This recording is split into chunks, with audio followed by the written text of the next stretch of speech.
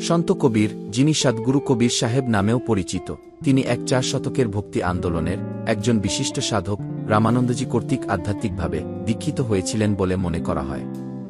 তবে তিনি কিভাবে তার গুরু দীক্ষা পেয়েছিলেন সে সম্পর্কে বিভিন্ন বর্ণনা রয়েছে। কবির কিভাবে দীক্ষা গ্রহণ করেছিলেন?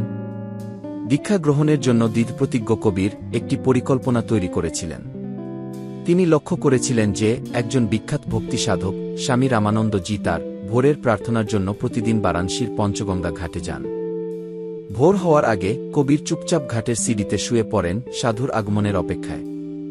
আবছা আলো রামানন্দজি যখন নেমে এলেন তখন তার পা দিয়ে দুর্ঘটনাক্রমে কবিরের কপালে চোট লেগে যায় এবং কান্না শুরু করেন। সেই ঐশ্বরিক মুহূর্তে সাধক সহজাতভাবে বলেন, বাছা কেঁদো না ঘি, রাম রাম কি বলো, রাম নামে সব ব্যথা দূরে যায়।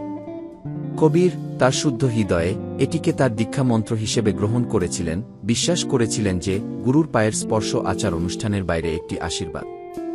সেই মুহূর্ত থেকে তিনি রামানন্দজিকে তার গুরু বলে মনে করেছিলেন এবং ঈশ্বরের মহিমা গাইতে তার জীবন উৎসর্গ করেছিলেন।